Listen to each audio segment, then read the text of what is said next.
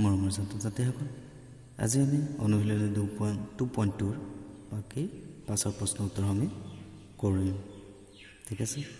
তো 2 নম্বৰটো কি কৈছে তলৰ বহুপদবোৰৰ প্ৰত্যেকৰ বাবে p0 p1 আৰু p2 নিৰ্ণয় কৰিব কৈছে p0 মানে কি x ৰ আমাৰ p0 উলিয়াব কৈছে মানে কি মান উলিয়াব কৈছে যেটো বহুপদ দিছে তাত 0 1 আৰু 2 বহাই পিনা মানবোৰ উলিয়াব কৈছে তো চাওঁচোন এতিয়া ইয়াৰ p0 কিমান হ'ব তো p0 উলিয়াইছো p of 0 is equal to 0 y ৰ জায়গাত কি বহিছে 0 তো y ৰ জায়গাত কি বহিব 0 স্কয়ার minus 0 plus 1 সমান কি আছে 0 minus 0 plus 1 is equal to কিমান 0 ঠিক তেনেকৈ p of 1 উলিয়াও y ৰ জায়গাত কি বহাইছে 1 বহাইছে তো গতিকে এটা যাব 1 স্কয়ার minus 1 plus 1 তো এটা যাব 1 স্কয়ার প্লাস একর পৰা 1 গলে 0 ইকুয়াল 0 ঠিক তেনেকৈ p of 2 উলিয়াও কিমান হৈ যাব y ৰ জায়গাত 2 বহাইছো 2 স্কয়ার প্লাস 1 তো ঠিক আছে এটা হ'ব 4 মাইনাস একর পৰা 2 গলে কিমান থাকিব 1 4 এৰ পৰা 1 গলে 3 ঠিক আছে ঠিক তেনেকৈ এটো কৰো এটো কি কৈছে pt তো t ৰ জায়গাত 0 বহাই দিলে হৈ যাব তো p of 0 তো কি হ'ব স্যার 2 plus t ৰ জায়গাত 0 বহাইছে 2 into 0 square minus 0 cube তো কি হৈ যাব 2 plus 0 plus 0 square মানে 0 আৰু 2 ৰ লগত 0 পূৰণ কৰিলে কিমান 0 0 কিউব মানে 0 তো এটো হ'ব 2 ঠিক তেনেকৈ p1 উলিয়াইছো p of 1 ঠিক আছে তো 2 আছে আমাৰ আসলে কি 2 plus t plus 2t square minus t cube আছে তো 1 t ৰ জায়গাত 1 বহোৱা 1 plus 2 into 1 square minus 1 cube তো এটা হৈ যাব 2 1 3 plus 2 into 1 square মানে 1 তো 2 হৈ যাব minus 1 cube মানে 1 এটা হৈ গল 5 ৰ পৰা 1 গল কিমান থাকিল 4 তাৰ পিছত p of 2 Leo p of 2 কিমান হ'ব একে সেম t ৰ জায়গাত কি পাম 2 পাম 2 plus 2 into t ৰ জায়গাত 2 বহাইছে স্কয়ার 2 কিউব 2 plus 2 হৈ গল 4 plus 2 into 2 square মানে 4 minus 2 cube মানে কিমান 8 তো এটা হৈ গল 4 plus 2 4 গুণ 8 আৰু এফালে হৈ গল 8 তো এটা হৈ গল কিমান 8 ৰ পৰা 8 গুচি গল ঠিক আছে 8 ৰ পৰা 8 গুচি গল তাকলে কিমান 4 ঠিক আছে ঠিক তেনেকৈ আমি পিছৰটো কৰো ইয়াৰ পিছৰটো আমাক কি কৈছে চাও ইয়াৰ পিছৰটো কি কৈছে p of x সমান x দিছে তো p0 আৰু p1 উলিয়াব কৈছে p0 উলিয়াও কিমান হ'ব p0 লগালে x ৰ জায়গাত কি পাম 0 0 কিউব মানে কিমান 0 ঠিক তেনেকৈ p of 1 উলিয়াও 1 কিউব মানে কিমান হৈ যাব 1 হ'ব p of 2 কিমান হ'ব 2 কিউব কিমান হ'ব 8 হ'ব ঠিক তেনেকৈ ইয়াত চোৱা p of x সমান x minus 1 x plus 1 দিছে তো ইয়াক আগে আমি ভাঙি লৈছো এটো কি হ'ব a minus b আৰু a plus b ফৰ্মুলাত পৰিছে তা আমাৰ ফৰ্মুলা আছিল a minus b a plus b equal to কি হয় a square minus b square ঠিক আছে a minus b আৰু a plus b পূৰণ হৈ থাকিলে a square minus b square হেতু ফৰ্মুলাত এক ভাঙি দিও এক ভাঙি দিলে কি হৈ যাব x square minus 1 হৈ যাব ঠিক আছে তো x এতে আমি কি উলিয়াব কৈছে p of 0 উলিয়াওছে x ৰ জায়গাত 0 ঠিক আছে তো কিমান হৈ যাব 0 minus 1 কিমান হৈ গল 0 ঠিক তেনেকৈ p of 1 উলিয়াব কৈছে 1 square minus 1 1 square মানে কিমান 1 minus 1 equal to 0 p of 2 square হৈ যাব x ৰ জায়গাত 2 বহাই দিলে square minus 1 তো এটা হৈ গল কিমান 2 square মানে কিমান 4 minus 1 equal কিমান হৈ গল 0 ঠিক আছে ঠিক তেনেকৈ ইয়াৰ পাছৰ প্ৰশ্নটো কি কৈছে চাও আমি ইয়াৰ পাছৰ প্ৰশ্নটো কি কৈছে কাখত উল্লেখিত মানবোৰ বহুপদটোৰ শূন্য হয় নে নহয় সত্যাপন কৰি চোৱা কৈছে কাখত উল্লেখিত মানবোৰ মানে এটা বহুপদ দিছে 3x + 1 কৈছে এই বহুপদটোৰ মান দিছে x ৰ মানটো কিমান দিছে x = -1/3 এই 1/3 টো আমি বহাই পিনে ইয়াত চাব লাগিব যে শূন্য হয় নে নহয় যদি p of -1/3 is equal to 0 ওলাই যায় তেতিয়াহ'লে ই ইয়াৰ শূন্য হ'ব আগতে আমি পাইছিলোঁ শূন্য কেতিয়া কওঁ যদি p of x is equal to 0 তেতিয়াহ'লে শূন্য হয় যদি p of x not equal to 0 যদি শূন্য নাপাওঁ তেতিয়াহ'লে ই শূন্য হ'ব নোৱাৰে তেতিয়া চাওঁ তো p of -1/3 সমান আমি 0 পাওঁ নে নাপাওঁ যদি পাই যাওঁ তেতিয়াহ'লে 1/3 টো ইয়াৰ শূন্য হ'ব ঠিক আছে তো বহাই চাওঁ 0 টো কাটি দিওঁ p of -1/3 তো 3 ৰ জায়গাত 3 পূৰণ x ৰ জায়গাত কি -1/3 +1 ঠিক আছে তো কি যাব এই 3 আর এই 3 ক্যান্সেল করে থাকিলে কি -1 +1 -1 +1 কি হয় 0 হয় তো আমি এটাকে আমি কি পালো x সমান -1/3 টু p of x ৰ শূন্য হয় এত p of x কোনটো হয় এটো 3x + 1 এটো p of x সমান দিছে তো ইয়াৰ x equal to -1/3 টু শূন্য হয় কেলে কাৰণ আমি বহাই পিনা মানটো আমি কি পাই গলো 0 ঠিক তেনেকে বাকিবোৰো কৰি চাব লাগিব 2 নম্বৰটো কৈছে x সমান কিমান দিছে 4/5 তো আমি p of 4/5 ৰ মান মানে জি দিয়া আমি হেতু শূন্য বহুপদৰ শূন্য কাক আমি শিকি আহিছিল ঠিক আছে হেতু তো আমি p of 4/5 ৰ মান যদি 0 পাই যাওঁ তেতিয়াহ'লে ই ইয়াৰ বহুপদৰ শূন্য হ'ব ঠিক আছে আমি চাওঁ ইয়াত বহাই চাওঁ 5 ইনটু x ৰ মানটো কিমান 4/5 - π 5 5 ক্যান্সেল থাকিলে কিমান 4 - π not equal to 0 4 - π to equal 0 ৰ সমান নহয় তো গতিকে আমি লিখিম এতেকে x equal to 4/5 px ৰ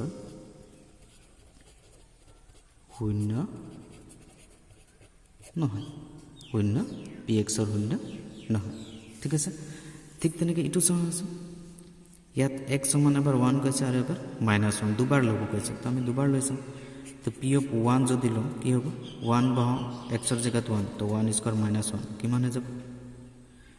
1 - 1 equal 0 है ना তো এতেকে আমি কি পালো x is equal to 1 px ৰ কি হয় শূন্য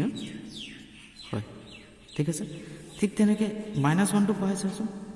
কি হ'ব p of -1 কি হৈ যাব x ৰ জায়গাত কি পাম -1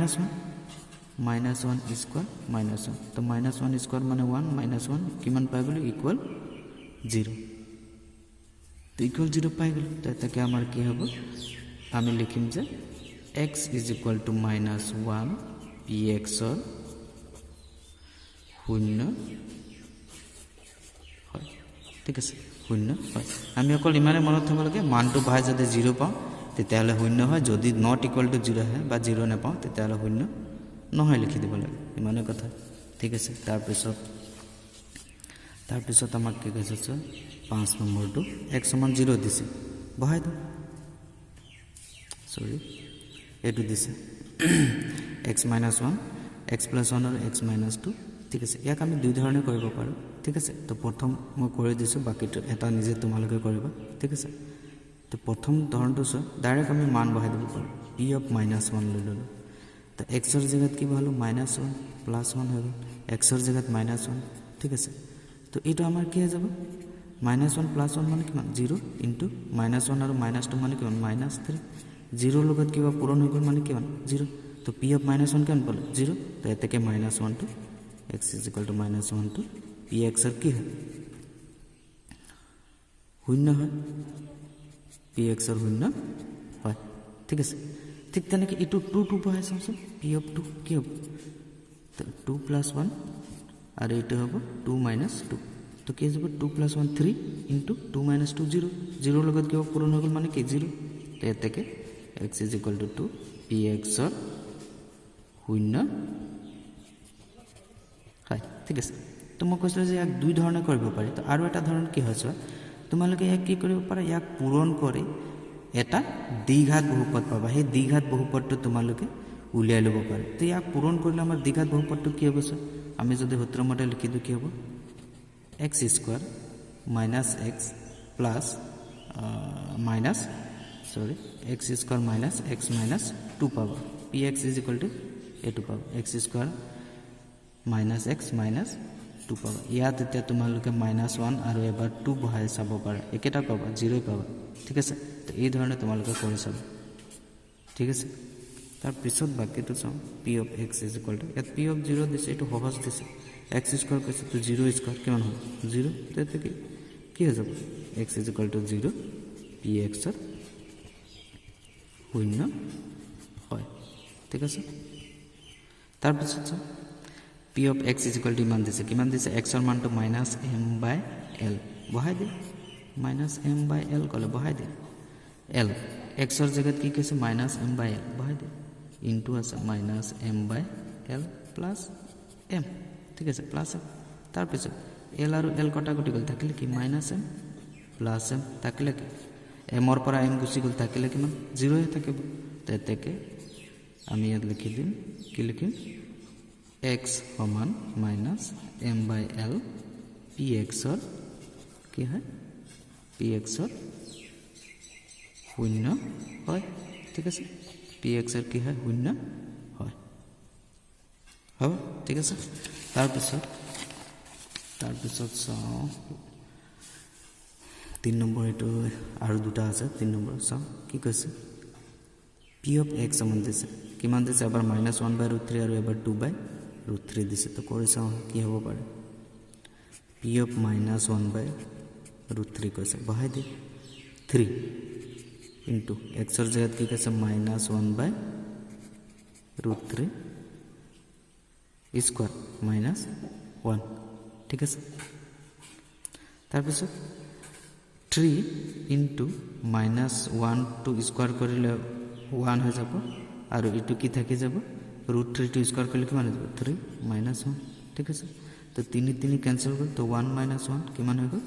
0 কেন পালো 0 তো এটাকে আমি কব পারেন যে কি এটাকে কি যাব x = -1/√3 px ৰ কি হয় 0 হয় ঠিক আছে ঠিক তেনেদৰে আমি ইটো কব পাৰো p of 2/√3 কৈছিল বহাই দিয়া p of 2/√3 কৈছে তো 3 into x স্কয়ার কৈছে x ৰ মানটো কিমান 2/√3 হোল স্কয়াৰ -1 কৰি দিয়া তাৰ পিছত 3 into 2 স্কয়াৰ মানে 4 তো √3 স্কয়াৰ মানে কিমান 3 -1 3 ক্যান্সেল কৰ 4 -1 কিমান হৈ গল 3 পালো তো ইয়াত আমি not equal to 0 পালো ঠিক আছে তো আমি লিখি দিম এতেকে x = 2/√3 px ৰ কি হয় 0 নহয় 0 নহয় কাৰণ আমি not equal to 0 পাইছো গতিকে 0 নহয় ঠিক আছে ঠিক তেনেকৈ ইটো কৰো ইটো কি কৈছে 2x + 1 x সমান হাফ দিছে বহাই দে x সমান হাফ দিছে তো 2 into x ৰ জায়গাত হাফ প্লাস 1 2 ক্যান্সেল গল তো 1 + 1 কিমান পালো 2 not equal to 0 2 to 0 ৰ সমান নহয় তাতে লিখি দিম x = half to px ৰ 0 নহয় ঠিক আছে তাৰ পিছত আমি কৰো আহা 4 নম্বৰ প্ৰশ্ন উত্তৰসমূহ 4 নম্বৰটো কি কৈছে তলৰ প্ৰতিটো বহুপদৰ 0 নিৰ্ণয় কৰিব কৈছে ঠিক আছে 0 উলিয়াব কৈছে মানে কি 0 আমি গম পাইছিলো কি 0 কি x ৰ কি মানৰ বাবে এই বহুপদটো মানটো 0 হ'ব পাৰে x ৰ এনেকুৱা এটা মান ইয়াৰ পৰা বিচাৰি উলিয়াব লাগিব যাতে বহাই দিলে গোটেই বহুপদটো কিমান হৈ যাব মানে px = আমি কিমান পাই যাব লাগিব 0 ঠিক আছে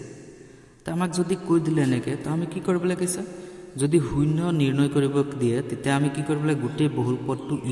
0 কৰি পিনে সমাধান কৰি দিব লাগে ঠিক আছে তো মানে কি আমাক কৈছে 0 উলিয়াবলৈ তো আমি হেকাৰণে গোটেই বহুপদটো 0 ৰ সমান কৰি দিলো ঠিক আছে 0 ৰ সমান কৰি দিয়াৰ পিছত কি কৰিব লাগে px সমান কি হয় x + 5 = 0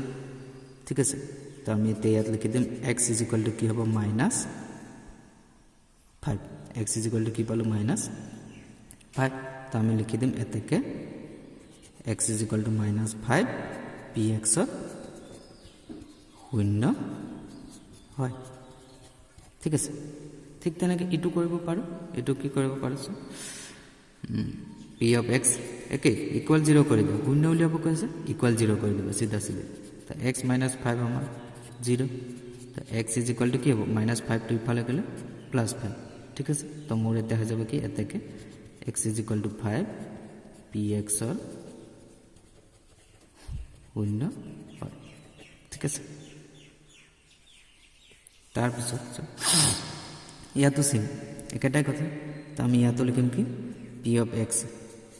সমান 0 কৰ ঠিক আছে তো p of x মানে কি হয় 2x + 5 = 0 তো এটা হৈ যাব কি 2x + 5 মানে কিমান 2 of x